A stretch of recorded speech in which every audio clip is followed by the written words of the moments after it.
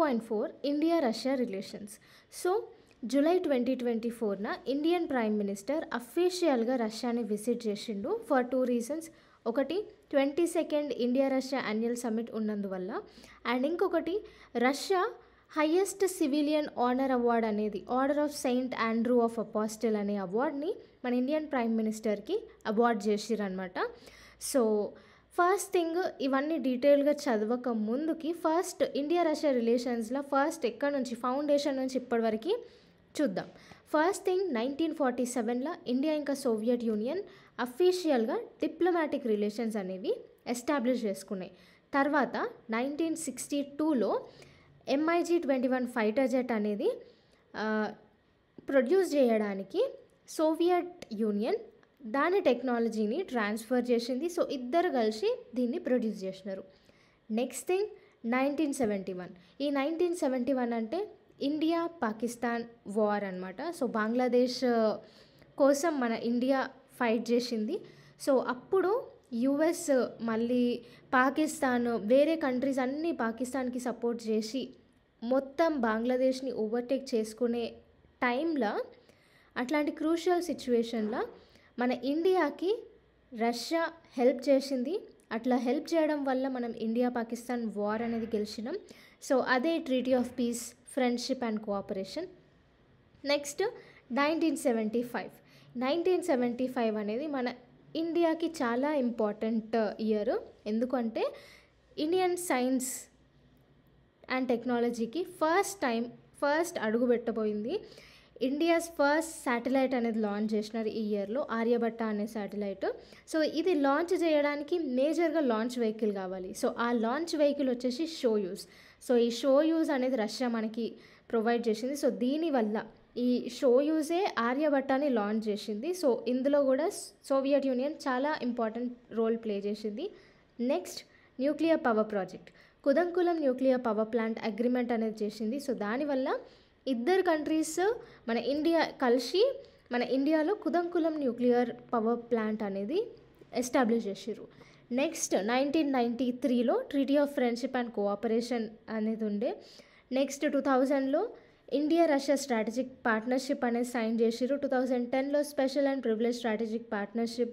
మళ్ళీ 2021లో first India Russia 2+2 dialogue అనేది లాంచ్ చేసినారు. సో ఇట్లా ఇంత మంచి బ్యాక్గ్రౌండ్ ఉందన్నమాట మన ఇండియా రష్యా ఫ్రెండ్షిప్కి. అందుకే ఇప్పటి వరకు ఎప్పుడు కూడా రష్యా హెల్ప్ చేయడానికి వెనకకపోలేదు. ప్రతి దాంట్లో రష్యా పాజిటివ్గానే రియాక్ట్ అయింది. సో ఈ రీజన్స్ వల్లనే మన ఇండియా అఫీషియల్గా రష్యా యుక్రెయిన్ వార్కి అగెయిన్స్ట్గా ఏం మాట్లాడలేదు ఇప్పటికీ కూడా. కానీ రష్యాకి ఈ మీటింగ్ అయ్యేటప్పుడు రష్యా యుక్రెయిన్ వార్ చేయకుండా కొంచెం పీస్ఫుల్ అగ్రిమెంట్స్ అనేవి చెయ్యండి అని చెప్పింది అంతే. కానీ రష్యాకి అగెయిన్స్ట్గా మన ఇండియా ఇప్పటివరకు ఏం మాట్లాడలేదు. సో ఎందుకు అంటే ఇంత మంచి ఫ్రెండ్షిప్ ఉంది కాబట్టి. సో రష్యా మన ఇండియాకి లాంగ్ టర్మ్ ఫ్రెండ్.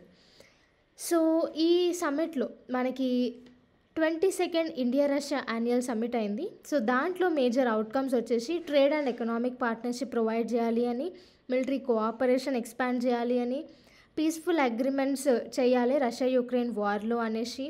నెక్స్ట్ మన ఇండియా సిటిజన్స్ రష్యాలో ఉంటారు కదా, వాళ్ళకి సర్వీసెస్ ఎక్స్పాండ్ చేయడం కోసం రెండు కాన్సులేట్స్ అనేవి ఎస్టాబ్లిష్ చేసారు. కజాన్ ఇంకా ఏకార్తెన్బర్గ్ అనేసి ఈ 2 ప్లేసెస్లో కాన్సులేట్స్ అనేవి తీసుకొచ్చినారు మన ఇండియన్ కమ్యూనిటీకి. సో ఇదన్నమాట మేజర్ అవుట్కమ్స్. తర్వాత కీ మైల్ స్టోన్స్ చూసుకున్నాం కదా. నెక్స్ట్ వచ్చేసి significance of Russia India relations. So దీంట్లో సిగ్నిఫికెన్స్ ఏంటి అంటే మేజర్గా చైనాస్ ఇన్ఫ్లుయెన్స్ని కౌంటర్ చెయ్యాలి అంటే స్ట్రాటజిక్గా ఇండియా రష్యా ఒకటే కన్సర్న్ షేర్ చేసుకుంటున్నాయి. సో స్ట్రాటజిక్గా ఇండియా రష్యా రిలేషన్స్ అవసరం. నెక్స్ట్ వరల్డ్ ఆర్డర్ని మెయింటైన్ చేయడానికి ఇండియా రష్యా రిలేషన్స్ అవసరం. ఎందుకంటే యుఎస్ దాని కరెన్సీ ద్వారా, ఐటీ సెక్టర్ ద్వారా టోటల్ వరల్డ్ని రూల్ చేసే స్టేజ్కి వెళ్ళిపోయింది. సో యుఎస్ అనేది ఒక డామినెంట్ పొజిషన్ తీసుకుంది వరల్డ్ ఆర్డర్లో. సో వరల్డ్ ఆర్డర్ని బ్యాలెన్స్ చేయాలంటే ఇండియా రష్యా రిలేషన్స్ అనేది చాలా ఇంపార్టెంట్. తర్వాత సో ఇండియా దగ్గర పాపులేషన్ ఉంది, రష్యా దగ్గర టెక్నాలజీ ఉంది. సో ఇదనమాట. నెక్స్ట్ వచ్చేసి మిలిటరీ కొలాబరేషన్ కూడా చేసినారు. బ్రహ్మోస్ క్రూజ్ మిసైల్ కానీ, కలాష్నికోవ్ AK-203 అసాల్ట్ రైఫిల్స్ కానీ ఇవన్నీ జాయింట్ ప్రొడ్యూస్ చేసినారు. సో మిలిటరీ కొలాబరేషన్ కూడా మంచిగా ఉంది. నెక్స్ట్ థింగ్, యుఎస్ ఇంకా చైనా మీద ఎక్కువ డిపెండ్ కాకుండా బ్యాలెన్స్ చేయాలి అనేసి రష్యా ఇండియా రిలేషన్స్ వాళ్ళ ఎకనామిక్ కానీ ట్రేడ్ పరంగా కోఆపరేషన్ పెంచుకుంటున్నాయి. నెక్స్ట్ టెర్రరిజంని కౌంటర్ చేయడానికి, తర్వాత ఈ 2 కంట్రీస్ యునైటెడ్ నేషన్స్లో కానీ, బ్రిక్స్లో కానీ, SCOలో ఇవన్నిట్లో ఉన్నాయన్నమాట. మల్టీలేటరల్ ఫారమ్స్లో కూడా 2 కంట్రీస్ ఉన్నాయి. సో ఇట్లా ఈక్వల్గా వాళ్ళ ఐడియాస్ని షేర్ చేయడం, వాళ్ళ ఇంట్రెస్ట్ని షేర్ చేయడం ఇట్లా అవుతుందన్నమాట. సో అందుకు ఇండియా రష్యా రిలేషన్స్ అనేవి చాలా ఇంపార్టెంట్. సో ఇండియా వల్ల రష్యాకి ఏం ఉపయోగం అంటే, ఫస్ట్ థింగ్, మన ఇండియా డెమోక్రసీ అనేది మేజర్గా వెస్ట్ ఫ్రెండ్లీ డెమోక్రసీ అనమాట. సో వెస్టర్న్ కంట్రీస్తో మనం మంచిగా ఉంటాం. సో రష్యాకి ఏం కావాలి, ఒక మీడియేటర్ కావాలి. వెస్ట్కి రష్యాకి అస్సలు పడదు. సో వీళ్ళిద్దరికీ మంచిగా బ్యాలెన్స్ చేయాలి అంటే ఫస్ట్ ఒక మీడియేటర్ ఉండి ఇటు సైడ్ డిస్ప్యూట్స్ అనేవి సాల్వ్ చేయాలి. సో అట్లా మన ఇండియా ఉంటుంది. నెక్స్ట్ థింగ్ వచ్చేసి రష్యా డిఫెన్స్ ఎక్విప్మెంట్కి మన ఇండియా ఒక పెద్ద మార్కెట్ అనమాట. సో ఇప్పటికీ కూడా మనము డిఫెన్స్ ఎక్విప్మెంట్స్ చాలా కొంటాం రష్యాతోని. ఆల్మోస్ట్ 4th లార్జెస్ట్ ట్రేడ్ అనేది డిఫెన్స్ సెక్టర్లో మనం రష్యాతోనే చేస్తాం. ఇంకొకటి క్రూడ్ ఆయిల్ కూడా మన ఇండియా అనేది రష్యాకి పెద్ద మార్కెట్ అనమాట. సో క్రూడ్ ఆయిల్ కూడా వచ్చి అమ్ముతుంది రష్యా. నెక్స్ట్ వచ్చేసి ఇండియాస్ ట్రేడింగ్ పార్ట్నర్స్లో రష్యా 4th పొజిషన్, ఇందాక డిస్కస్ చేసుకున్నాం కదా. సో ఇండియాకి ఎట్లా ఇంపార్టెంట్ రష్యా అంటే, ఫస్ట్ థింగ్, రష్యా ఇప్పటి వరకు ఇండియా యొక్క పొలిటికల్ ఇంట్రెస్ట్ కానీ అన్నిటికీ సపోర్ట్ చేసింది రష్యా. సో ఇప్పటి వరకు అట్లా సపోర్ట్ చేస్తూనే ఉంది. నెక్స్ట్ థింగ్, రష్యా UNSCలో ఇండియాస్ పర్మనెంట్ మెంబర్షిప్ కోసం కూడా సపోర్ట్ చేస్తుంది. నెక్స్ట్, ఇండియాకి టాప్ మిలిటరీ సప్లయర్ అంటే మన రష్యానే. తర్వాత ఈ రష్యా ట్రేడ్ పరంగా కూడా ఇంపార్టెంట్, ఎందుకంటే కనెక్టివిటీ, యూరేషియాలో కనెక్టివిటీని ప్రొవైడ్ చేస్తుంది రష్యాతో మంచిగా రిలేషన్స్ మెయింటైన్ చేస్తే. For example INSTC, international north south transport corridor establish చేసిర్రు. తర్వాత నార్దర్న్ సీ రూట్ అనేది ఉంది. Chennai Vladivostok eastern maritime corridor కూడా ఉంది. సో దీనివల్ల మనం ఇండియా యురేషియాతోని కనెక్టివిటీ ఎక్కువ ఎక్స్పాండ్ చేయొచ్చు. నెక్స్ట్ థింగ్, ఫార్మస్యూటికల్ సెక్టర్లో కూడా మన ఇండియా అనేది రష్యాలో ఎమర్జ్ అయిపోయింది అనమాట.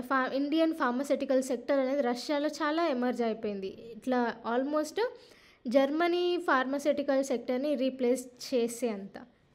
నెక్స్ట్ థింగ్, టెక్నాలజికల్ కోఆపరేషన్స్ కూడా ఎక్కువ ఉన్నాయి రష్యాతోని. సో టెక్నాలజీ ఎక్స్చేంజ్ కూడా ఉంది. So for example Kudankulam nuclear power plant కానీ, గగన్యాన్ మిషన్స్లో హెల్ప్ చేయడం కానీ, టెక్నాలజికల్ కొలాబరేషన్స్ అనేవి మంచిగా ఉన్నాయి. సో ఇట్లా మనకి టెక్నాలజీ పరంగా, ట్రేడ్ పరంగా, కనెక్టివిటీ పరంగా, స్ట్రాటజికల్గా, డిఫెన్స్ పరంగా, పొలిటికల్ పరంగా, ఇవన్నిటి పరంగా రష్యా అనేది మనకి చాలా helpful. Challenges of Indo Russia relations గురించి చూద్దాం. సో ఏంది అంటే, రష్యా యుక్రెయిన్ వార్ టైంలో ఇండియా ఒక్కసారి కూడా ఆ వార్ పైన రెస్పాండ్ కాలేదన్నమాట.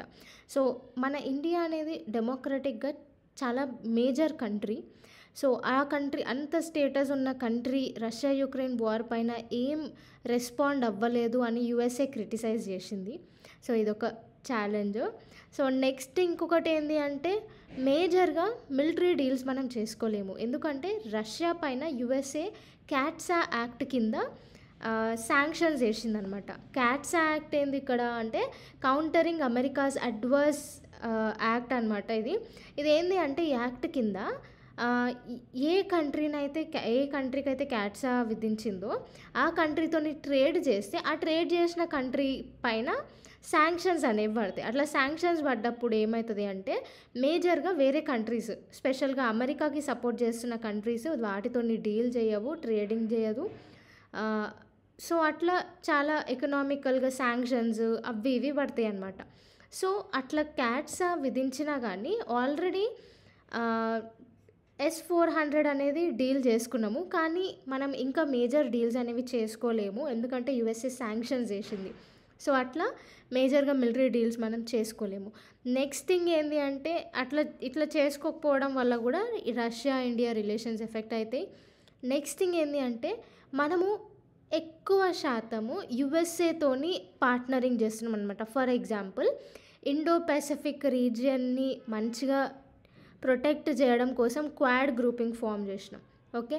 సో అట్లా మళ్ళీ నెక్స్ట్ రష్యా ఇంకా చైనా టైస్ అనేవి ఇంప్రూవ్ అవుతున్నాయి. ఇది కూడా మనకు పెద్ద మేజర్ ఛాలెంజ్ అనమాట.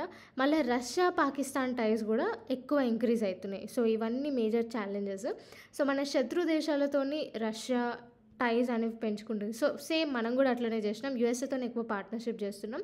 సో ఇవన్నీ మేజర్ ఛాలెంజెస్. నెక్స్ట్ వే ఫార్వర్డ్కి వస్తే ఫస్ట్ థింగ్ మ్యూచువల్ ట్రస్ట్ అనేది ఎక్కువ పెంచుకోవాలి ఇండియా ఇంకా రష్యా. తర్వాత ట్రేడ్ డైవర్సిఫై చేయాలి. స్పెషల్గా ప్రైవేట్ బిజినెస్ సెక్టర్స్ని కూడా రష్యా ఇండియా రిలేషన్స్లో ఇన్వాల్వ్ చేయాలి.